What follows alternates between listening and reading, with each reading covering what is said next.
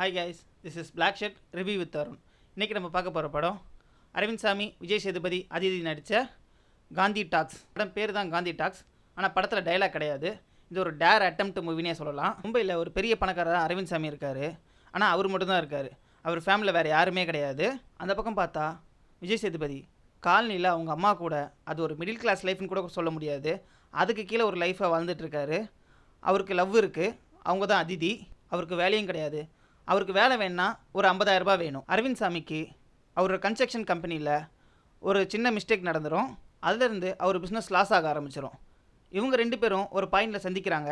அதுக்கப்புறம் என்ன ஆச்சு, அதான் இந்த படத்தோட கதை. ஃபஸ்ட்டே சொன்ன மாதிரி இந்த படத்தில் டைலாக் கிடையாது.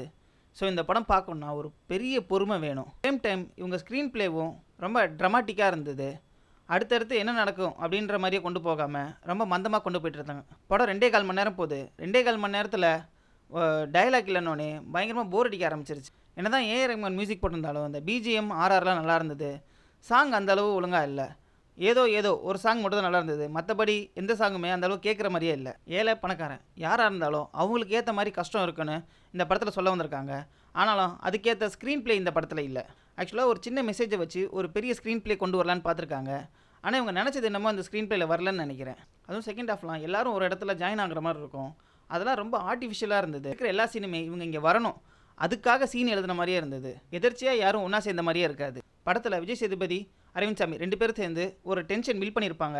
ஆனால் அந்த டென்ஷன் கிளைமேக்ஸ் வரையும் தாங்கலை. இந்த படம் கமர்ஷியல் மூவி, ஒரு என்டர்டைன்மெண்ட் மூவி பார்க்குறவங்களுக்கு இந்த படம் செட் ஆகாது. ஒரு டேர் அட்டெம்ப்ட், புதுசாக படம் பார்க்குற இந்த ஸ்டோரி வைஸ் புதுசாக இருக்கணும், நியூவாக எக்ஸ்ப்ளோர் பண்ணுறவங்களுக்கு இந்த மூவி பிடிக்கும். எல்லாருக்கும் பிடிக்குமானா அது ஒரு சந்தேகம் தான். ஓவரால் பார்க்கும்போது இது என்டர்டைன்மெண்ட் மூவினா இல்லை, எல்லாருக்கான மூவினாலும் இது கிடையாது. சாங்கும் அந்தளவுக்கு பெருசாக வரல. புதுசாக நான் ஒரு எக்ஸ்ப்ளோர் பண்ணுவேன், இது மாதிரி அட்டெம்ப்ட்லாம் நான் பார்ப்பேன்னா இந்த படத்தை போய் தேட்டரில் பாருங்கள். பார்த்துட்டு எப்படி இருக்குன்னு வந்து கமெண்ட்டில் சொல்லுங்கள். ஒன்று மட்டும் மறந்துடாதீங்க, ரொம்ப பொறுமை வேணும். முடிஞ்சால் பாப்கார்ன், பப்ஸ் அதெல்லாம் நிறைய வாங்கி வச்சுட்டே போய் உட்காருங்க. படம் பார்த்துட்டு வந்து எப்படி இருக்குன்னு சொல்லுங்கள். இந்த வீடியோ பிடிச்சிருந்தா லைக் பண்ணுங்கள், கமெண்ட் பண்ணுங்கள், மறக்காமல் சப்ஸ்கிரைப் பண்ணுங்கள்.